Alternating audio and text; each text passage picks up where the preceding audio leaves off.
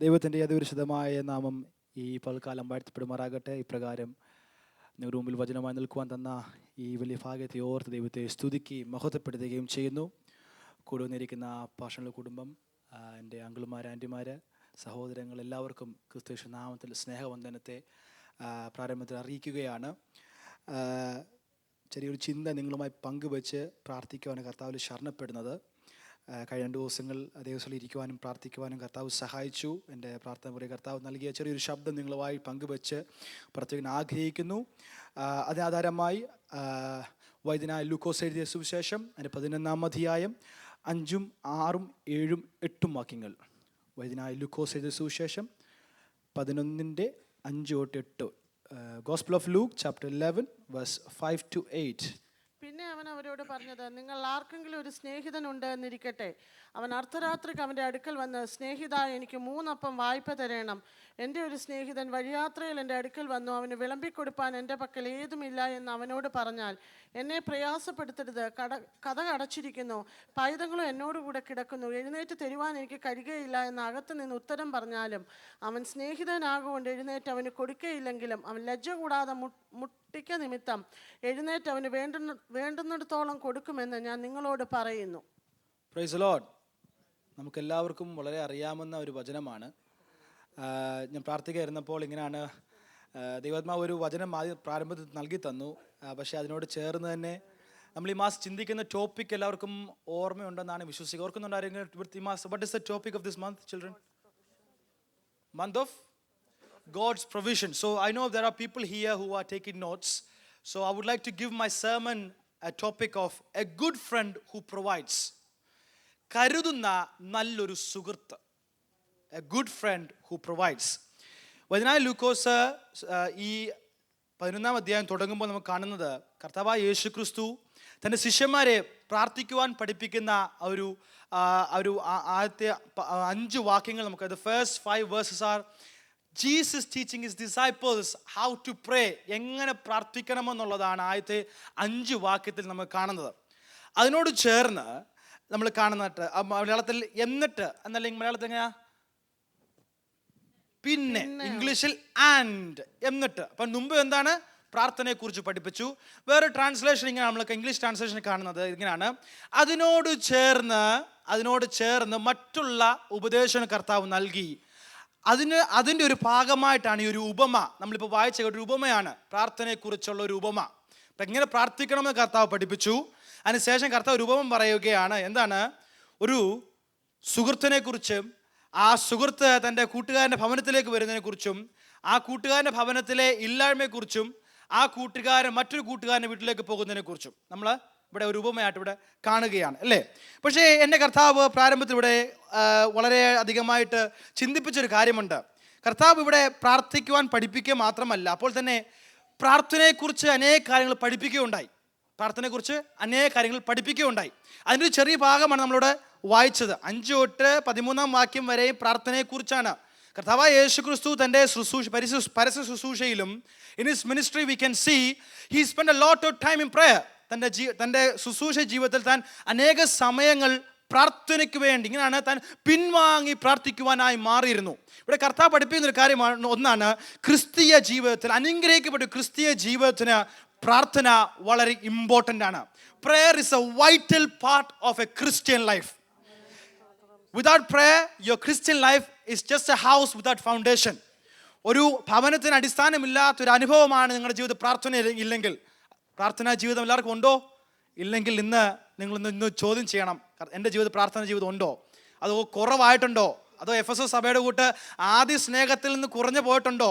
പ്രാർത്ഥനയിൽ അധിക സമയം കൂടുതലാണെന്ന് പ്രാർത്ഥിക്കുന്നത്, ഇപ്പം കുറവാണെന്ന് പ്രാർത്ഥിക്കുന്നത്? നമുക്ക് ചിന്തിക്കുവാൻ ഇടയായിത്തീരണം. ഇവിടെ കർത്താവ് പ്രാർത്ഥനയെക്കുറിച്ച് ഇവിടെ പഠിപ്പിക്കുകയാണ്. Here, children, look. Here we can see friends. How many friends can we see? എത്ര സുഹൃത്തുക്കളെ നമുക്ക് കാണുന്നത്? Come on. 2. 1, 2, 3, 4, 5, 2, 3. First friend. So, if you are taking notes, remember, number 1, a friend who is traveling. യാത്ര ചെയ്ത് വന്നൊരു സുഹൃത്ത്. A friend who is traveling.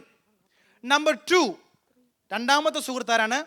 ഈ first സുഹൃത്ത് യാത്ര ചെയ്ത് ഭവനത്തിൽ വന്ന് കയറിയ ആ സുഹൃത്ത്. മനസ്സിലായോ? അല്ലെങ്കിൽ വേറൊരു മറ്റു ഭാഷ പറഞ്ഞു കഴിഞ്ഞാൽ, മൂന്നാമത്തെ സുഹൃത്തിൻ്റെ അടുത്ത് ഒന്നാമത്തെ സുഹൃത്തിന് വേണ്ടി ആഹാരം ചോദിക്കാൻ പോയ സുഹൃത്ത്, രണ്ടാമത്തെ സുഹൃത്ത്. മൂന്നാമത്തെ സുഹൃത്ത് ആരാണ്? Who's the third friend? The one who gave. ആവശ്യത്തിലും അധികമായി നൽകിയ ഒരു സുഹൃത്തിനെയാണ് നമുക്കിവിടെ കാണുവാനായിട്ട്. So we can see 3 friends here. നമ്മൾ രണ്ടാമത്തെ സുഹൃത്തിന്, നമുക്ക് ഈ മൂന്നാമത്തെ സുഹൃത്ത് പ്രത്യേകം നോക്കുമ്പോൾ കാണുന്നുണ്ട് ഇവിടെ ആ 8-ാം വാക്യത്തിൽ ഇങ്ങനെ എഴുതിയേക്കുന്നത്, ആവശ്യത്തിലും അധികമായി, മോർ ദാൻ ഹി നീഡഡ്, ആവശ്യത്തിലധികമായി നൽകുന്നത്. ആരാ അത്? Who can we compare that to? നമ്മുടെ കർത്താവായ യേശു ക്രിസ്തു. The one who can give more than we expect. നമ്മൾ ചിന്തയിലും ഒക്കെ അപ്പുറമായി നൽകുവാൻ കഴിവുള്ള ഒരു സുഹൃത്ത്, അതാരാണ്? കർത്താവാണ്. Is he your friend? നിങ്ങളുടെ സുഹൃത്താണ് കർത്താവ്? അല്ലെങ്കിൽ you need to question yourself today. രണ്ടാമത്തെ സുഹൃത്ത് ആരാണ്? Who is that second friend? Who is that second friend? Who has connection with the third friend? മൂന്നാമത്തെ സുഹൃത്തുമായിട്ട് ബന്ധമുള്ള ഒരു വ്യക്തിയാണ് രണ്ടാമത്തെ സുഹൃത്ത്, അല്ലേ? ബന്ധമില്ലാത്ത വ്യക്തി മൂന്നാമത്തെ വ്യക്തി എടുത്ത് പോവോ? രണ്ടാമത്തെ വ്യക്തി പോവോ? ഒരു ബന്ധമുണ്ട്. there is a connection. ഒരു കണക്ഷൻ ഇല്ലെങ്കിൽ പോകാൻ പറ്റത്തില്ല. ഒരു കണക്ഷൻ, ബന്ധമുണ്ടായത് കൊണ്ടാണ് രണ്ടാമത്തെ സുഹൃത്ത് മൂന്നാമത്തെ സുഹൃത്തിൻ്റെ അടുത്ത് പോകാൻ ഇടയായത്. എന്താണ്? പ്രാർത്ഥന എന്ന കണക്ഷൻ, പ്രാർത്ഥന എന്ന കമ്മ്യൂണിക്കേഷൻ. നമ്മുടെ ജീവിതത്തിൽ പ്രാർത്ഥന എന്ന കണക്ഷനും പ്രാർത്ഥന എന്ന കമ്മ്യൂണിക്കേഷനും ഉണ്ടോ? ഉണ്ടെങ്കിൽ ഏത് സമയത്തും നമുക്ക് ചെല്ലുവാൻ പറ്റുന്ന ബെസ്റ്റ് ഫ്രണ്ടാണ് നമ്മുടെ കർത്താവായ യേശു ക്രിസ്തു. Doesn't matter what time it is, whatever time it is, you can go to him. He's a good friend who will fulfill your needs. നിങ്ങളുടെ ആവശ്യങ്ങളെ നിറവേറ്റുന്ന നല്ലൊരു കർത്താവാണ് മൂന്നാമത്തെ ഈ സുഹൃത്തിനെ കൂടെ കാണുവാൻ കഴിയുന്നത്. ഇവിടെ so we can see what? 3 friends here. Next is what time? എപ്പോഴാണ് ഈ ആദ്യത്തെ സുഹൃത്ത് വന്ന ഈ ഭവനത്തിൽ? അർദ്ധരാത്രിയിൽ, മലയാളത്തിൽ അർദ്ധരാത്രിയിൽ, അറ്റ് മിഡ് നൈറ്റ്, അർദ്ധരാത്രിയിൽ ആ സുഹൃത്ത് തൻ്റെ ഭവനത്തിലേക്ക് കടന്നു ഇടയായി തീർന്നു. അത് ഞാൻ ചിന്തിക്കുകയാണ്, എന്തുകൊണ്ട് അർദ്ധരാത്രിയിൽ? നമ്മൾ അന്നത്തെ കാലത്ത് ചരിത്രം പഠിക്കുമ്പോൾ ഇങ്ങനെയാണ്, പകലിലെ വെയിലും പകലിലെ ചൂടുമൊക്കെ അവോയ്ഡ് ചെയ്യുവാൻ വേണ്ടി അവർ രാത്രികളിലും വൈകുന്നേര സമയങ്ങളിലും യാത്ര ചെയ്യുമായിരുന്നു. ഹലോ, പകൽ അവർ യാത്ര ചെയ്യത്തില്ല. പകല് ഭയങ്കര ചൂടാണ്. ചൂടും നമ്മുടെ നാട്ടിലെങ്ങനെയാ, ഒരു ഉച്ച 12 കഴിഞ്ഞ് നാട്ടിൽ പോകുമ്പോൾ അമ്മച്ചി എപ്പോഴും നാട്ടിൽ പോകുമ്പോൾ വഴക്ക് പറയാം, ഈ ഉച്ച 12 മണിക്ക് നീ എവിടെ പോവടാ, ഭയങ്കര വെയിലും ചൂടുമുള്ള സമയത്ത് നീ ഇച്ചിരി കഴിഞ്ഞ് 4 മണി കഴിഞ്ഞ് അങ്ങോട്ട് പോകും, അപ്പോഴത്തേക്ക് സൂര്യനൊന്ന് താഴും, ഒന്ന് മാറും. മനസ്സിലാവുന്നുണ്ടോ? അതുപോലെ തന്നെ ഈ ഫ്രണ്ട് വൈകുന്നേരം രാത്രി യാത്ര ചെയ്തിട്ട് താൻ രാത്രിയായപ്പോൾ തനിക്ക് വിശന്നപ്പോഴാണ് ആദ്യത്തെ ഫ്രണ്ട് എവിടെ വന്നു? രണ്ടാമത്തെ സുഹൃത്തിൻ്റെ അടുത്ത് വന്നത്. സ്തോത്രം, hallelujah. Doesn't matter what time it is, midnight, midday, morning, evening, നിങ്ങളുടെ കഷ്ടതയുടെയും പരിശോധനയുടെയും ദുഃഖത്തിൻ്റെയും സന്തോഷത്തിൻ്റെയും ഏത് സമയമായിക്കോട്ടെ, ഏത് സമയത്തും ചെന്ന് മുട്ടുവാൻ നല്ലൊരു സുഹൃത്ത് നമുക്കുണ്ട്. അത് നമ്മുടെ കർത്താവായ യേശു ക്രിസ്തുവാണ്. Hallelujah, hallelujah. നമ്മുടെ കർത്താവ് എപ്പോഴും നമ്മുടെ കൂടെ ഉണ്ട്. ഓൾവേസ്. ഞാൻ നിങ്ങൾ ഒരു നാൾ ഉപേക്ഷിക്കുകയില്ല എന്ന് പറഞ്ഞല്ല കർത്താവാണ്, കൈവിടുകയില്ല, ഉപേക്ഷിക്കുകയില്ല എന്ന് പറഞ്ഞല്ല കർത്താവ്. പക്ഷേ പറ്റുന്ന എന്താറിയാവോ? നല്ലൊരു ബന്ധമില്ല. കർത്താവുണ്ട്, കർത്താവ് റെഡിയാ, നമുക്ക് ബന്ധമില്ലാത്തൊരവസ്ഥ അനുഭവമാണ് നമ്മുടെ ജീവിതത്തിൽ ഉണ്ടായിത്തീരുന്നത്. അപ്പം നമ്മളെന്തൊക്കെ നോക്കി? 3 കൂട്ടുകാരെ നോക്കി. അടുത്തെന്താണ്? സമയം പഠിച്ചു. ഇനി അടുത്ത തന്നെ ചിന്തിപ്പിച്ചത് ഈ രണ്ടാമത്തെ സുഹൃത്തിൻ്റെ അവസ്ഥ. നമ്മൾ പറയുമല്ലോ, വല്ലാത്തൊരവസ്ഥയാണ് ഈ രണ്ടാമത്തെ സുഹൃത്ത്, വല്ലാത്തൊരവസ്ഥയിലാണ് താൻ പെട്ടിരിക്കുന്നത്.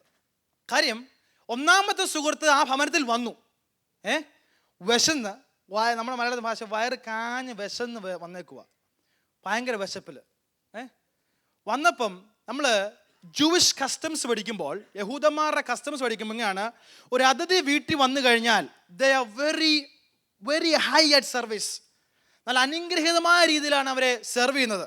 ഉദാഹരണം കാണിച്ചു തരാം. ഈ ലൂക്കോസിൻ്റെ 11-ാം അധ്യായത്തിന് മുമ്പ് 10-ാം അധ്യായത്തിന് അവസാന ഭാഗങ്ങളും കാണുന്നത്, കർത്താവായ യേശു ബഥാനിയയിൽ ആറ് ഭവനത്തിൽ ചെന്നു? ലാസറിൻ്റെ ഭവനത്തിൽ ചെന്നു.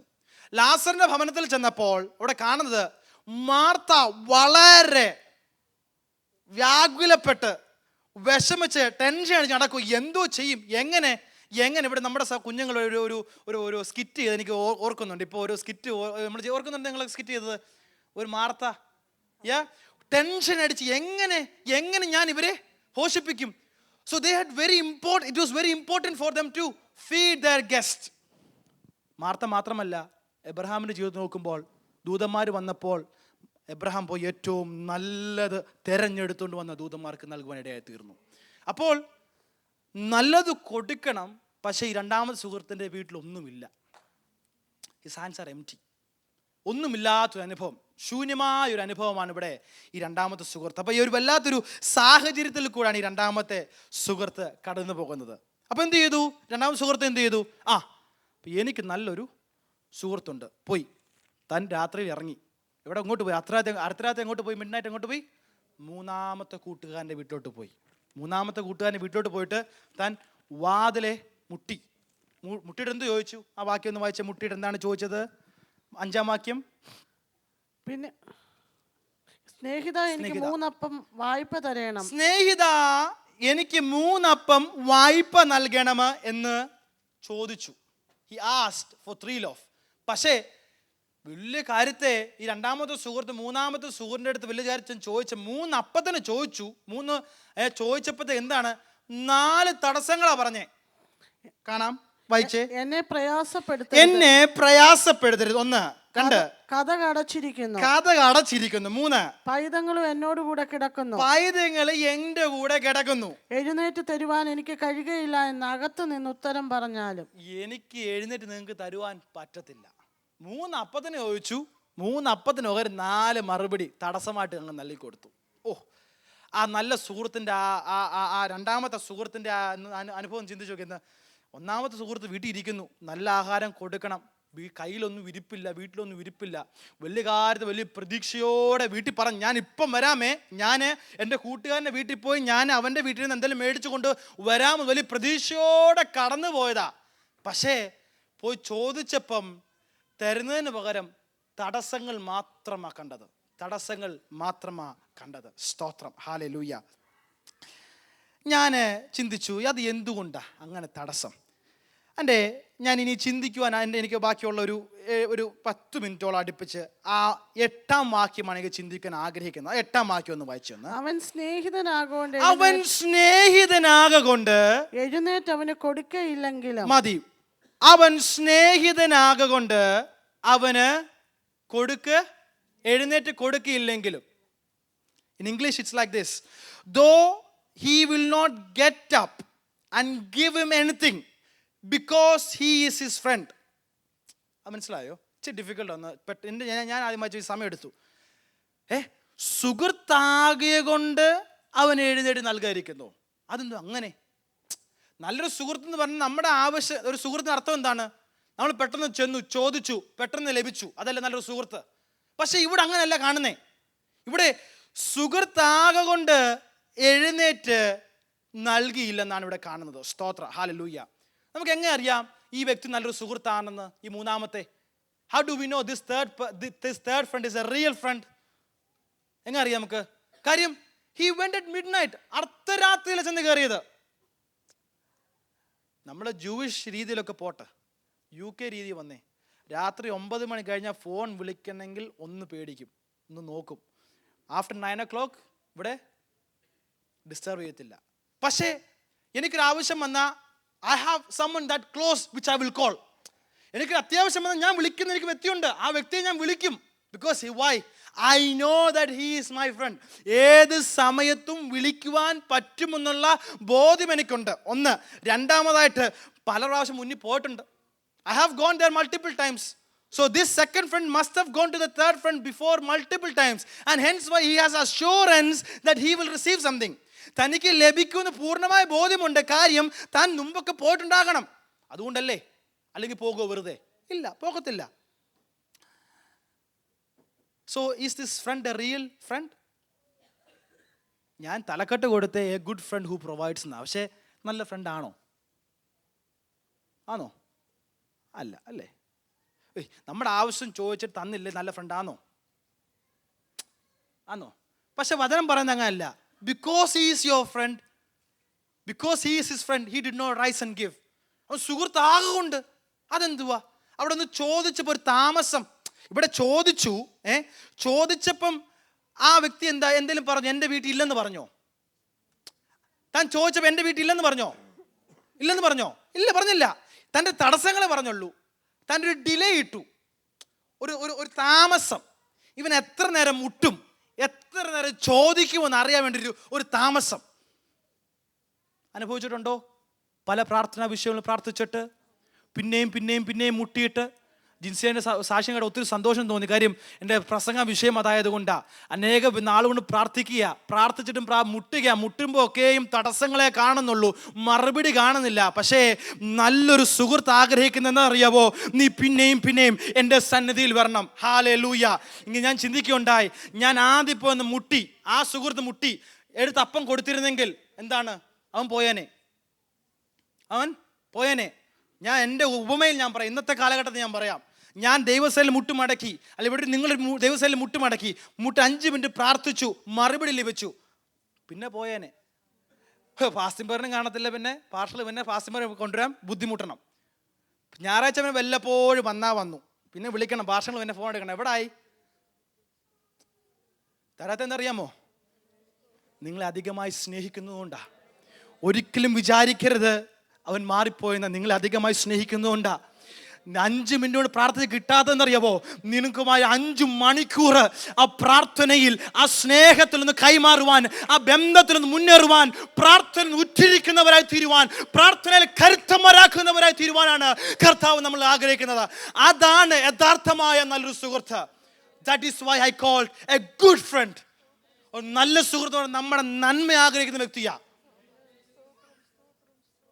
എൻ്റെ അനേക സുഹൃത്തുമാരുണ്ട്. ചില വ്യക്തികൾ വിളിക്കും, എൻ്റെ നെഗറ്റീവ് മാത്രം പറയത്തുള്ളൂ. ചേട്ടാ ജസ്റ്റിനെ അത് ശരിയായിട്ട് ഇങ്ങനെ ചെയ്യണം, പക്ഷേ I say thank you. Y?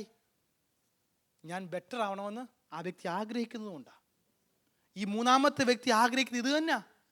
എനിക്കറിയണം ഇവൻ്റെ ആവശ്യം നിറവേറ്റാനാണ് എൻ്റെ ഭവനത്തിൽ വരുന്നത്. അത് ഇവൻ യഥാർത്ഥം എന്നെ സ്നേഹിക്കുന്നതാണ് ഇവൻ എൻ്റെ ഭവനത്തിൽ വരുന്നത്. നിങ്ങളുടെ ആവശ്യം നിറവേറ്റാൻ വേണ്ടി ആ ദൈവസന്നിധിയിൽ പോകുന്നത്, നിങ്ങളുടെ കർത്താവുമായിട്ട് സ്നേഹം ഉണ്ടായതുകൊണ്ട് കർത്താവ് സന്നിധിയിൽ പോകുന്നത്. കർത്താവ് നോക്കുകയാണ്, നീ പിന്നെയും മടങ്ങി ദൈവസന്നിധിയിൽ വരുമോ? അനേക നാൾ പ്രാർത്ഥിക്കുന്ന വിഷയമാണ്. 3 ഇരുന്നു, 7 21 ഇരുന്നു, ഉപവാസത്തിൽ ഇരിക്കുകയാ, പക്ഷേ ലഭിക്കുന്നില്ല. പ്രിയമക്കളെ, പ്രയാസപ്പെടരുത്. കർത്താവ് നോക്കുന്നത്, കർത്താവ് ആഗ്രഹിക്കുന്നത് മറ്റൊന്നുമല്ല. എൻ്റെ മോളുമായിട്ട്, എൻ്റെ മോനുമായിട്ട് എനിക്ക് കുറച്ച് സമയം കൊണ്ട് ഇരിക്കണം. എൻ്റെ സ്നേഹം ഒന്ന് കൈമാറണം. അവൻ്റെ സ്നേഹം എനിക്കൊന്ന് വേണം. എനിക്ക് അവരെ ഒന്നും അധികമായി ഒന്ന് സ്നേഹിക്കണം, ഒന്ന് മാറോട് ചേർക്കണമെന്നുള്ള അധികമായ വാഞ്ച ഉണ്ടായത് കൊണ്ടാന്നേ.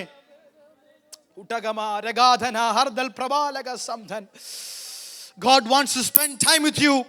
He wants you to experience His true love. He wants you to truly love Him. അവനെ യഥാർത്ഥമായി സ്നേഹിക്കുവാൻ വേണ്ടി മാത്രമാണ്. ഞാൻ അടുത്ത ചിന്തിപ്പിച്ചത് അതിൻ്റെ ആ 8-ാം വാക്യത്തിന്റെ 2-ാം ഭാഗമാണ്. അന്ന് വായിച്ചൊന്ന്. അവൻ ലജ്ജ കൂടാതെ മുട്ടിക്ക നിമിത്തം. ആമേൻ. അവൻ ലജ്ജ കൂടാതെ മുട്ടിക്ക നിമിത്തം. എഴുന്നേറ്റ് മതി. അവൻ ലജ്ജ കൂടാതെ മുട്ടിക്ക നിമിത്തം. സ്തോത്രം. ഹല്ലേലൂയ. എൻ്റെ മെസ്സേജ് ഞാൻ കൺക്ലൂഡ് ചെയ്യാൻ പോവുകയാണ്. ലജ്ജ കൂടാതെ മുട്ടിക്ക നിമിത്തം. ഇംഗ്ലീഷിൽ NLT വേർഷൻ ഇങ്ങനെ എഴുതിയിരിക്കുന്നത്, ഷെയിംലെസ്ലി പെർസിസ്റ്റന്റ്. ലജ്ജ കൂടാതെ പിന്നെയും പെർസിസ്റ്റൻ്റായി ചോദിക്കുന്ന ഒരു അനുഭവം ആർക്കുണ്ടായിരുന്നു? 2-ാമത്തെ സുഹൃത്തിനുണ്ടായിരുന്നു. ഷെയിംലെസ്ലി. എനിക്ക് NIV വന്നു, ഷെയിംലെസ്ലി വിതൗട്ട് ഓഡാസിറ്റി.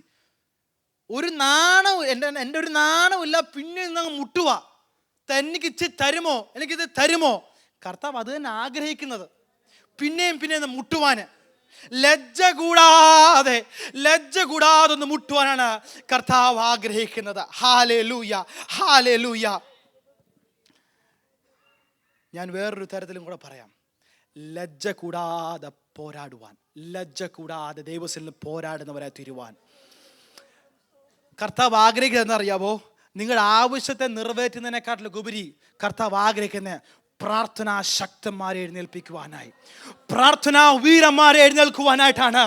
ഹല്ലേലൂയ. പ്രാർത്ഥനാ ശക്തന്മാര് ലജ്ജ കൂടാതെ നോ വരുമ്പോഴും അങ്ങോട്ട് പിന്നെയും ചെന്നിരുന്ന്, നോ വരുമ്പോഴും പിന്നെയും ചെന്നിരുന്ന്, തടസ്സങ്ങൾ വരുമ്പോൾ പിന്നെയും ചെന്നിരുന്ന് അപ്പാ അപ്പാ നിലവിളിക്കുന്ന, കരയുന്ന, ലജ്ജ കൂടാതെ പിന്നെയും ചോദിക്കുന്ന നല്ലൊരു സുഹൃത്താകാനാണ് കർത്താവ് ആഗ്രഹിക്കുന്നത്.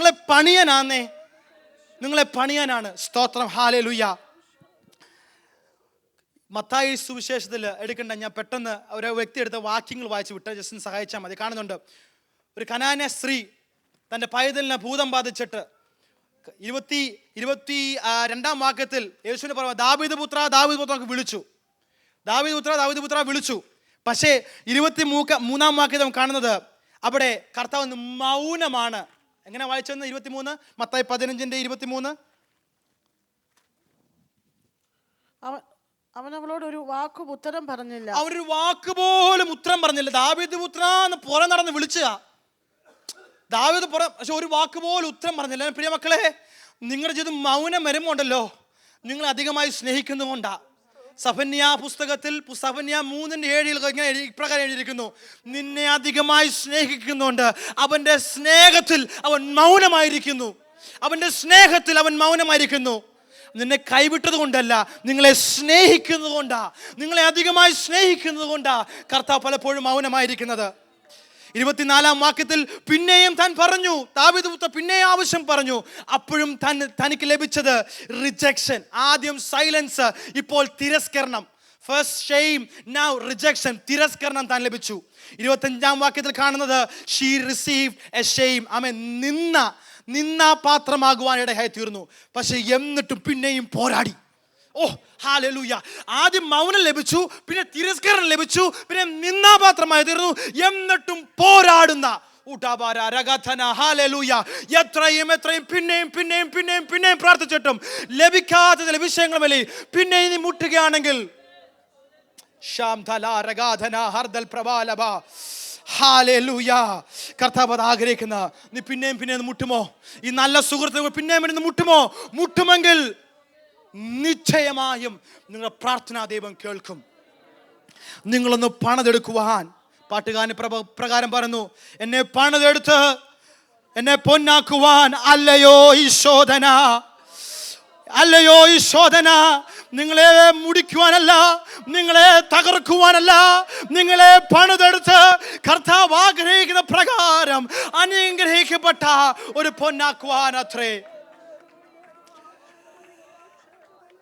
ഇവിടെ ഈ കനാന്യ സ്ത്രീ താൻ മടുത്തു പോകാതെ പോരാടി എന്നെ മറുപടി ലഭിച്ചത് എപ്പോഴാണെന്നറിയാവോ? 28 വാക്യത്തിൽ. യേശു അവളോട്, സ്ത്രീയെ, നിന്റെ വിശ്വാസം വലിയത്, നിന്റെ ഇഷ്ടം പോലെ നിനക്ക് ആമേൻ. ഹല്ലേലൂയ. നിന്റെ ഇഷ്ടം പോലെ. ആ സ്ത്രീയുടെ വിഷയം എന്തുവായിരുന്നു? മകൾക്ക് ഭൂതം ബാധിച്ച്. ഞാൻ ഇങ്ങ് ചിന്തിക്കുക, നിന്റെ ഇഷ്ടം പോലെ. അവിടെ ഏതൊക്കെയോ വിഷയത്തിൽ കടന്നു പോയാൽ ഭൂതം മാത്രമല്ല, ഭവനത്തിൽ ഏതൊക്കെ വിഷയമുണ്ടോ, അവിടെ ശരീരത്തിൽ ഏതൊക്കെ വിഷയമുണ്ടോ, as she desired, അവിടെ ഇഷ്ടം പോലെ മുട്ടിയപ്പോഴും പിന്നെയും തിരസ്കരണം ലഭിച്ചപ്പോഴും പിന്നെയും ചോദിച്ചപ്പോഴും അവിടെ ആവശ്യത്തിന് അവരുടെ ഡിസയർ അനുസരിച്ച്, അവിടെ ഇഷ്ടത്തിനനുസരിച്ച് നൽകിയ നല്ലൊരു കൂട്ടുകാരനല്ലേ. ഇവിടെ കാണുന്നതാണ്, നമ്മൾ വായിച്ച ഭാഗത്ത് കാണുന്നതാണ്. പിന്നെയും മുട്ടിയപ്പോൾ എന്താണ് ചെയ്തത്? അതിന്റെ അവസാനം വാക്യം 8 അവസാനം വാക്യം വെച്ചേ. 8 അവസാനം, ലൂക്കോസ് 15:8 വാക്യത്തിൽ ലജ്ജ കൂടാതെ മുട്ടിക്ക് നിമിത്തം എഴുന്നേറ്റ് അവന് വേണ്ടുന്നിടത്തോളം കൊടുക്കും. അവന് വേണ്ടുന്നിടത്തോളം. ആ ഇംഗ്ലീഷ് ഇങ്ങനെ എഴുതിയിരിക്കുന്നത് as many as he needs. എന്റെ പോയിന്റ് ഇവിടെയാണ്, ഞാൻ കൺക്ലൂഡ് ചെയ്യാണ്. എന്റെ പോയിന്റ് ഇതാണ്, as many as he needs. Hallelujah. ഈ രണ്ടാമത്തെ സുഹൃത്ത് പോയപ്പോഴേ താൻ പോയ ആർക്ക് വേണ്ടിയാ? ആദ്യത്തെ കൂട്ടുകാരന് വേണ്ടി. ചോദിച്ചെത്ര? ഞാൻ ചിന്തിക്കുക, ഈ മൂന്നാമത്തെ കൂട്ടുകാരൻ വന്നിട്ട് 3 പേരും 6 അങ്ങോട്ട് കൊടുത്തു. എനിക്ക് എന്താണെന്നറിയാമോ? ഈ രണ്ടാമത്തെ കൂട്ടുകാരൻ്റെ ശൂന്യത ഉണ്ടായത് കൊണ്ടല്ലേ. രണ്ടാമത്തെ കൂട്ടുകാരൻ്റെ വീട്ടിൽ എന്തെങ്കിലും ഉണ്ടായിരുന്ന കൊടുക്കത്തില്ലായിരുന്നോ? അവൻ ഇല്ലാത്തത് കൊണ്ടല്ലേ. പക്ഷെ മൂന്നാമത്തെ കൂട്ടുകാരൻ ഈ രണ്ടാമത്തെ കൂട്ടുകാരൻ്റെ ഇല്ലായ്മ അറിഞ്ഞ് അവൻ്റെ അളവിനോടനുസരിച്ച്, അവൻ്റെ വിശപ്പിനോടനുസരിച്ച്, അവൻ്റെ ഭവനത്തിലെ ആവശ്യത്തിനനുസരിച്ച് നൽകുവാനിടയായി തീർന്നു. ഹല്ലേലൂയ. നിങ്ങൾ പ്രാർത്ഥിക്കുന്ന വിഷയത്തിനകത്ത് നാം ചോദിക്കുന്നതിലും നാം നിലയ്ക്കുന്നതിലും അത്യന്തപരമായി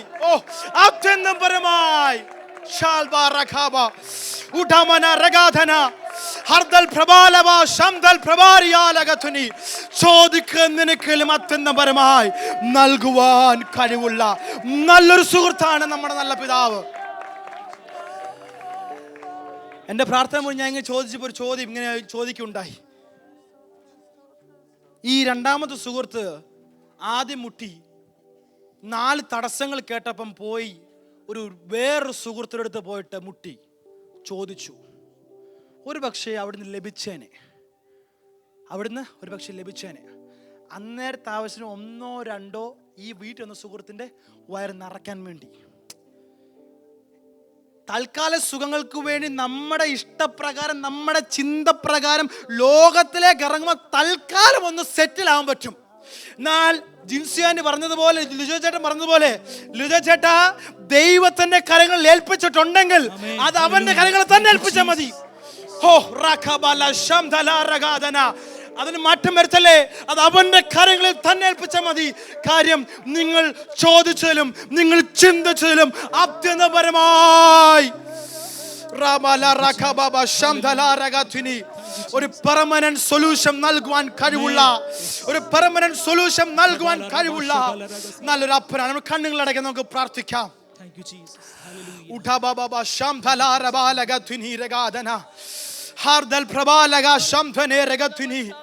ചോദിച്ചോ പിന്നെ ഒന്ന് മുട്ട കർത്താവേ, പ്രാർത്ഥന ഉറപ്പിക്കണമേ.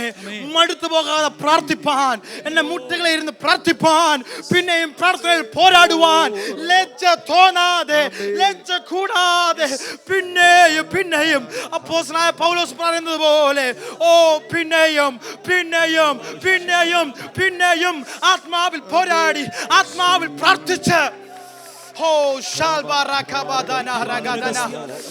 അങ്ങനെ ചെയ്യാൻ തയ്യാറാകുമെങ്കിൽ നിങ്ങളുടെ ആവശ്യങ്ങളെ അല്ല, നിങ്ങളുടെ ഭവനത്തിന്റെ ആവശ്യങ്ങളല്ല, നിങ്ങൾ പ്രാർത്ഥിക്കുന്ന നിങ്ങളുടെ കൂട്ടുകാരുടെ ഭവനത്തിന്റെ ആവശ്യത്തിനകത്തും തക്ക സമയത്ത് ദൈവം വഴി തുറക്കുകയുണ്ടാകും. ആമേ, സ്തോത്രം. സ്വർഗ്ഗ നല്ല പിതാവേ, കേൾപ്പിച്ച നല്ല വചനത്തിനായി സ്തോത്രം കർത്താവേ. അനേകം നല്ലൊരു പിതാവുള്ളതിനാൽ സ്തോത്രം. എ ഗോഡ് ഓഫ് പ്രൊവിഷൻ, ആവശ്യങ്ങളെ നൽകുന്ന നല്ലൊരു സുഹൃത്ത് അടിയുള്ളതിനാൽ സ്തോത്രം കർത്താവേ. കഴിഞ്ഞ നാളുകളിൽ ലഭിച്ച തിരസ്കരണങ്ങൾ, നിന്ദകളൊക്കെ അടികളെ പണിതെടുത്തതിനാൽ സ്തോത്രം കർത്താവേ. പിന്നെയും അധികമായി അങ്ങനെ അനുഭവിപ്പാൻ അടികളെ പിന്നെയും സഹായിക്കുമാറാ പ്രാർത്ഥിക്കുന്നു. ഇവിടെ ആരെങ്കിലും നാളുകളായി, വർഷങ്ങളായി പ്രാർത്ഥിക്കുന്ന വിഷയങ്ങളുണ്ട് കർത്താവേ, അവരുടെ വിഷയത്തിനകത്ത് വേഗം ആ നല്ല സുഹൃത്ത് വാതിൽ തുറന്ന് അവൻ ആവശ്യത്തിൽ അധികമായി നൽകിയതുപോലെ നീ അനുഗ്രഹിക്കണമേ എന്ന് പ്രാർത്ഥിക്കുകയാണ്. പ്രാർത്ഥന കേട്ടതിനാൽ സ്തോത്രം. സർവമാനമോദം കർത്താവിനാൽ സ്തോത്രം. യേശുവിന്റെ നാമത്തിൽ അപേക്ഷിക്കുന്നു. കൃപ തോന്നി കേൾക്കണം സ്വർഗ്ഗ നല്ല പിതാവേ.